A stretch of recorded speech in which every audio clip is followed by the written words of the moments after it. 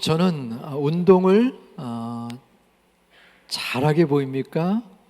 못하게 보입니까? 제가. 예.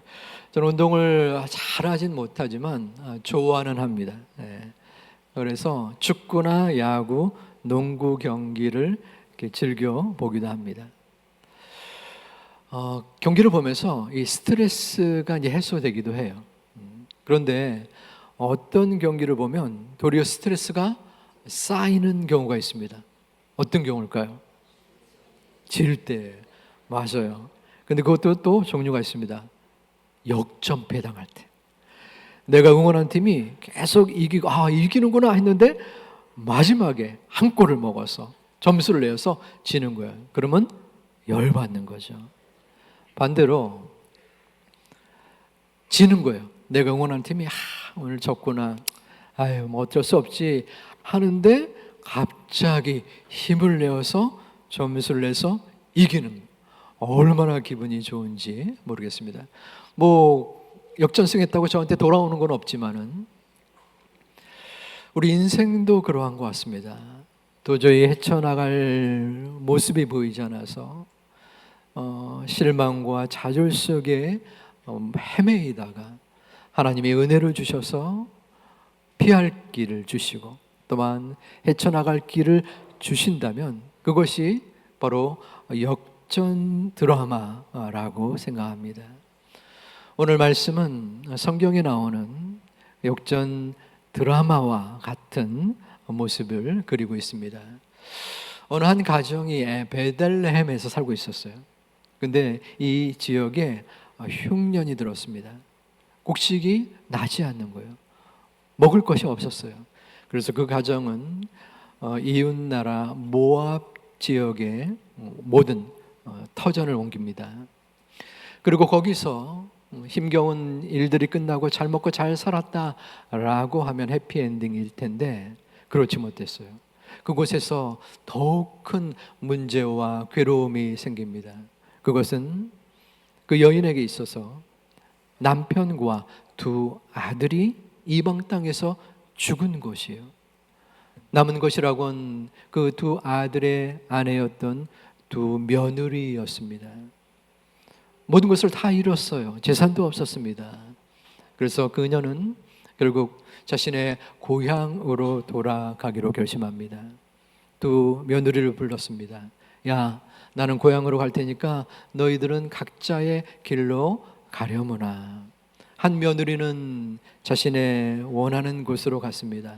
하지만 또 한 며느리는 이 시어머니를 따라가겠다는 거예요. 어머니, 제가 어머니를 따라가겠습니다. 어머니가 믿는 하나님을 제가 영접하겠습니다. 제발 어머니를 따라가게 해주세요. 이 시어머니의 이름은 나오미입니다. 나오미는 모든 것을 다 잃었어요.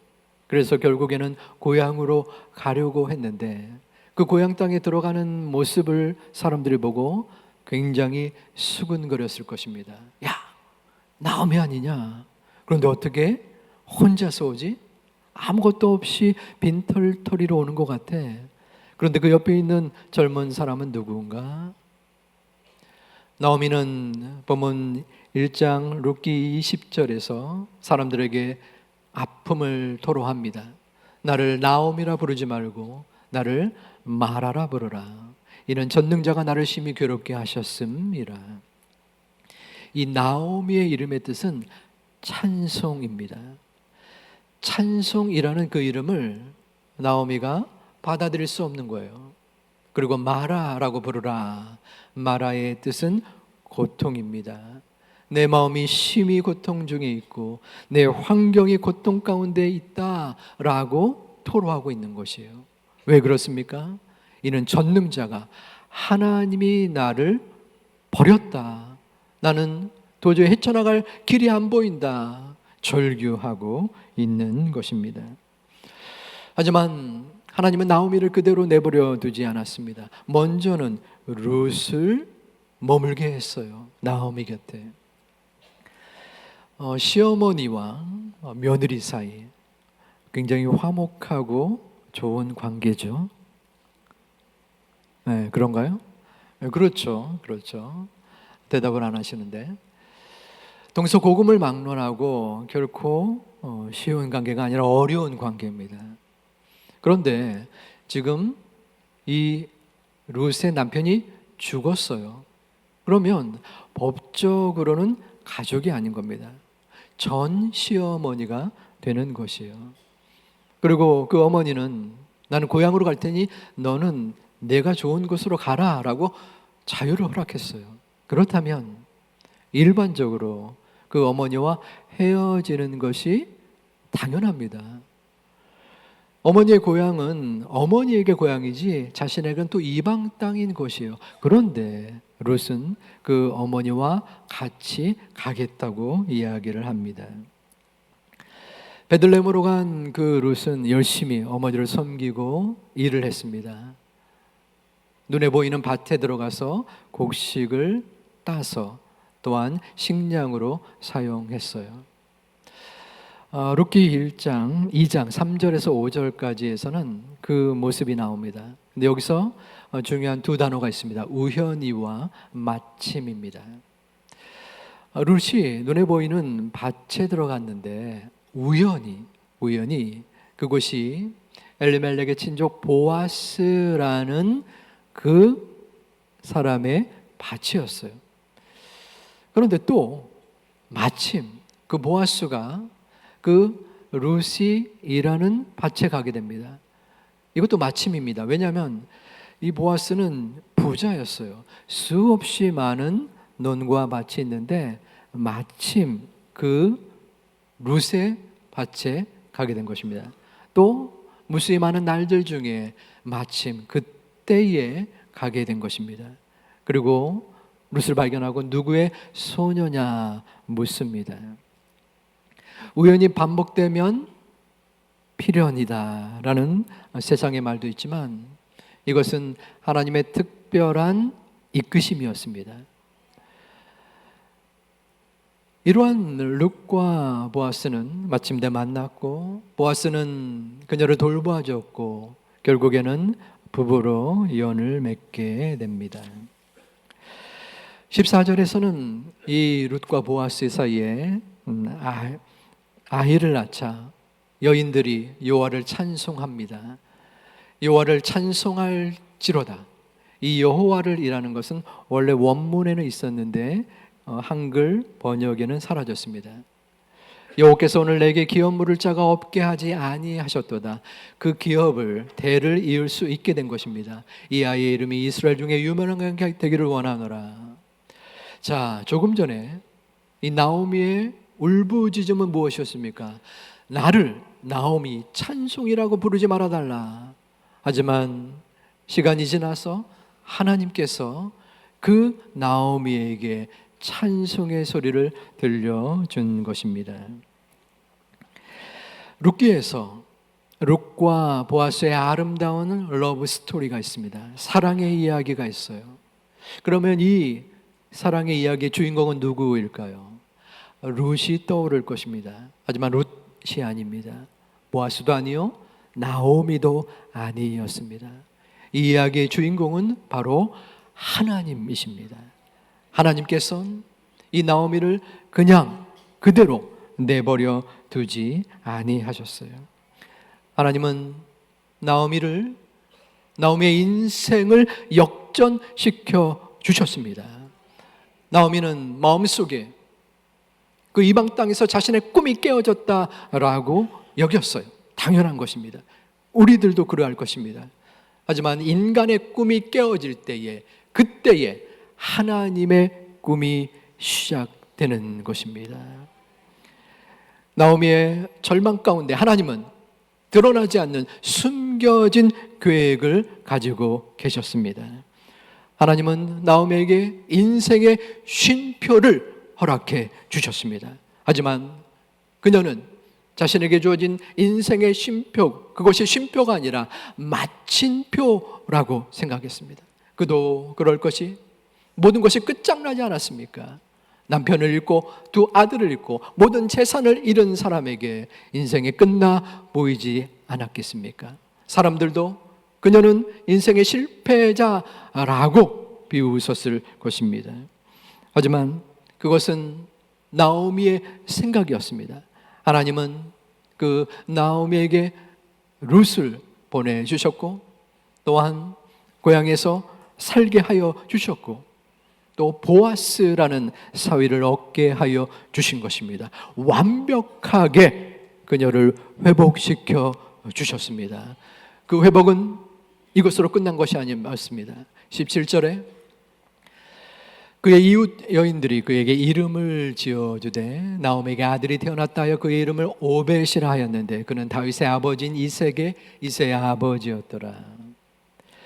자, 나오미에게 손자가 생겼습니다. 오벳인데 그 오벳이 다윗의 할아버지가 되는 것입니다.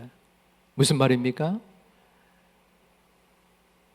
이 나오미가 예수 그리스도의 족보에 올라간 것입니다. 고통 가운데 있었던 나오미, 도저히 어떻게 인생을 살아갈까 낙심하며 괴로워했던 나오미를 하나님이 회복시켜 주시고 그의 절망의 인생을 소망의 인생으로, 최악의 삶을 최고의 삶으로 바꾸어 주신 것입니다. 그의 인생 자체가 하나님께서 역전시켜 주신 것입니다. 우리는 살아가면서 도저히 이겨낼 수 없는, 깨어져 버리는 소생의 가능성이 전혀 보이지 않는 경우를 경험하게 됩니다. 사람들은 그 모습을 보면서 희망이 없다라고 이야기합니다. 또한 그들은 우리를 바라보면서 언제 포기할 것인가, 언제 하나님을 원망할 것인가 우리의 입술을 바라보기도 합니다. 하지만 우리는 전능하신 하나님의 역사하심과 또한 역전시키심을 바라보아야 합니다. 저는 지금까지 인생 가운데에 동굴을 걷는 듯한 깜깜한 길을 걸어갔던 순간들이 있었습니다. 왜 나에게? 어찌하여? 라는 의문을 가지면서 도저히 이 문제를 해결할 수 없다라는 생각 가운데 기도조차 나오지 않았던 때였습니다. 하지만 하나님은 저의 마음과 생각 속에 찾아와 주시고 그 문제를 도저히 내가 생각할 수 없는 방법과 방향으로 이끌어 해결해 주셨던 그 믿음의 흔적이 있었습니다. 이제는 고민하지 않습니다. 갈등하지 않습니다. 내 앞에 골목 가운데에 앞뒤를 알 수 없는 어두움의 세력이 다가올지라도 이제는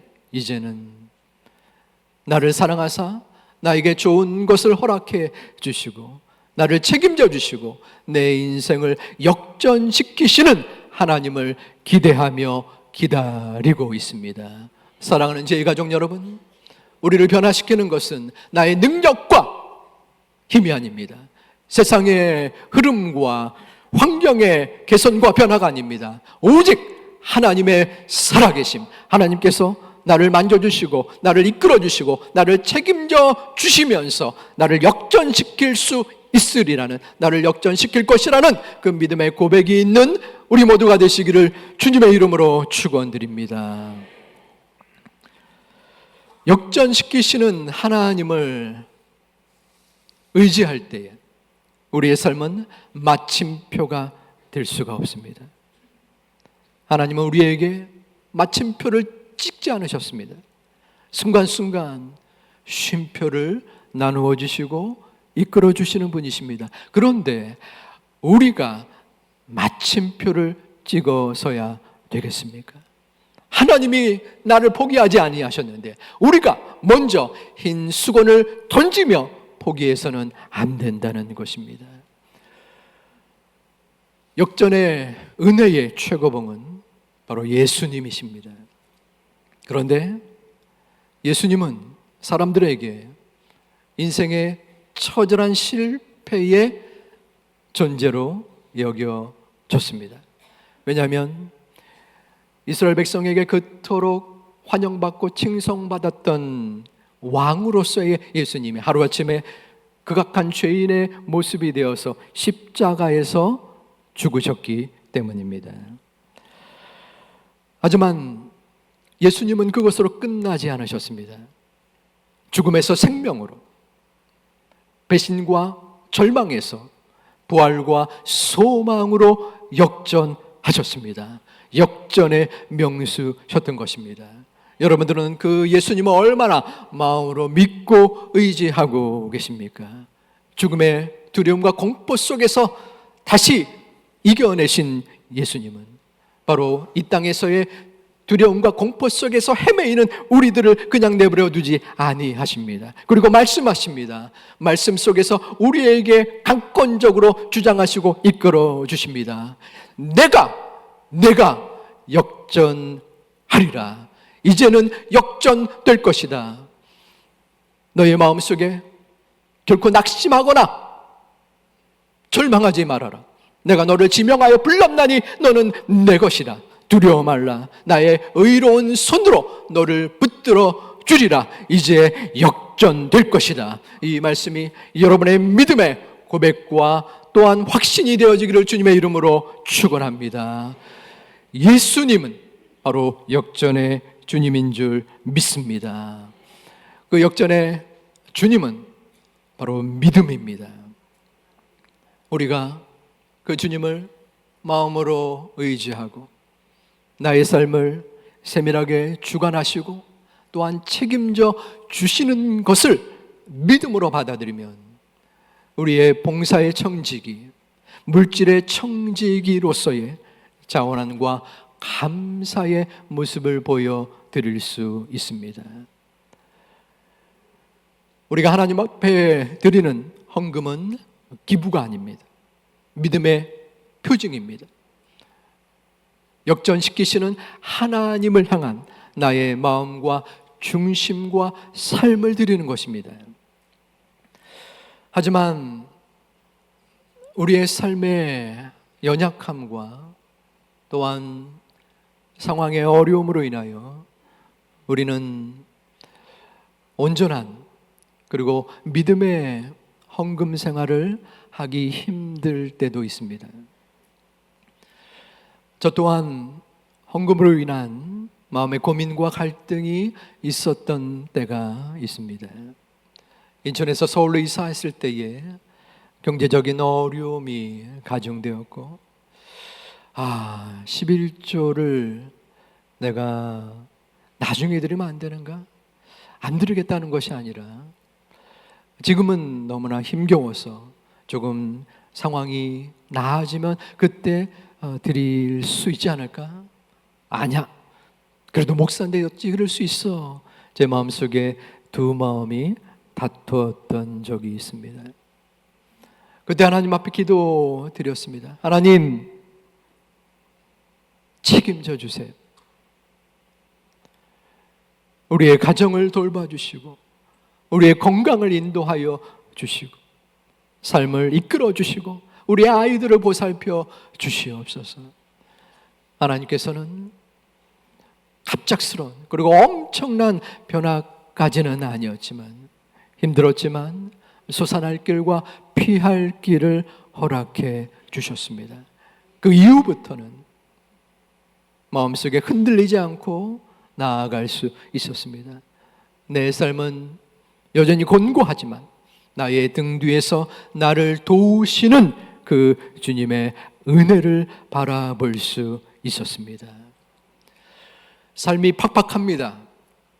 많은 사람들이 허리띠를 졸라매고 또한 힘겹게 하루하루를 버티고 있습니다. 그것이 현실입니다. 그 현실과 더불어 물질의 청지기는 믿음의 영역입니다.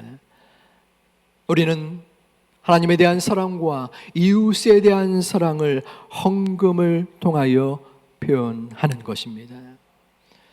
전도와 선교를 위하여 그리고 나눔마트와 같은 우리 지역의 연약한 이들을 돌보는데 헌금이 사용되어집니다. 3일 특수교육센터를 통하여 장애인들을 교육하는데 지금까지 선용되어졌습니다. 다음 세대를 위한 장학금과 주일학교 및 교회의 운영비로서도 쓰여집니다. 중요한 것은 헌금은 우리의 믿음이기에 하나님께서는 그 물질의 크고 작음을 바라보지 않는다는 것입니다. 가난한 과부의 두 랩돈, 보잘것없는 작은 물질이지만 하나님은 그 마음을 보셨고 자랑하는 듯이 드리는 그 부자의 큰 물질보다 귀하게 여기셨습니다. 우리 제2가족 여러분, 하나님은 우리의 중심을 보시는 분이십니다. 여러분 마음속에 이 어지러운 세태 속에서 내가 가야 할 길을 알지 못하는 이 험난한 고난의 여정 속에서 어떠한 마음을 가지고 살아가십니까? 안 돼. 이 문제는 벗어날 수가 없어. 도저히 헤쳐나갈 수가 없어 라는 패배주의 속에 살아가십니까? 아니면 그럼에도 불구하고 하나님이 나와 함께 하신다고 하셨지, 나의 믿음은 부족하지만 그 하나님이 끝내 역전시킬 것이다 라는 믿음으로 살아가고 계십니까? 자녀를 키우신 분들이라면 우리들의 자녀를 한번 생각해 보시기 바랍니다. 나는 내 자녀에게 끊임없이 항상 용기를 북돋아 주고 어려움 속에서도 힘껏 살아갈 수 있다. 내가 너를 사랑한다. 너를 도울 것이다. 내가 부족하지만 언제나 너와 함께 할 것이다 라고 지속적인 시간을 가졌는데 그 노력과 아랑곳 없이 자녀는 침울하고 힘들어하고 도저히 자신의 처한 상황을 헤쳐나갈 수 없는 그러한 모습을 계속적으로 보여준다면 부모로서 여러분의 마음은 어떠하겠습니까? 우리 아버지 하나님도 마찬가지입니다. 그 하나님은 다른 옆에 있는 분들을 생각하지 마시기 바랍니다. 지금 이 순간 바로 여러분의 마음의 중심을 보십니다. 너는 어떠하냐? 너는 어떠한 믿음을 가지고 있느냐? 어떠한 마음으로 살아가느냐? 패배주의냐? 아니면 역전의 하나님, 나를 의지하고 있느냐? 2024년도 얼마 남지 않은 시간입니다. 지난 한 해 동안 나를 지켜주시고 이끌어주신 그 은혜에 감사하며 무엇보다도 나의 삶을 책임져 주시고 역전시켜 주시리라는 그 믿음의 고백을 가짐으로 인하여 봉사의 청지기, 물질의 청지기에 충성된 모습을 함께 보여줄 수 있는 우리 모든 제2가족 되시기를 주님의 이름으로 축원합니다. 축복드립니다.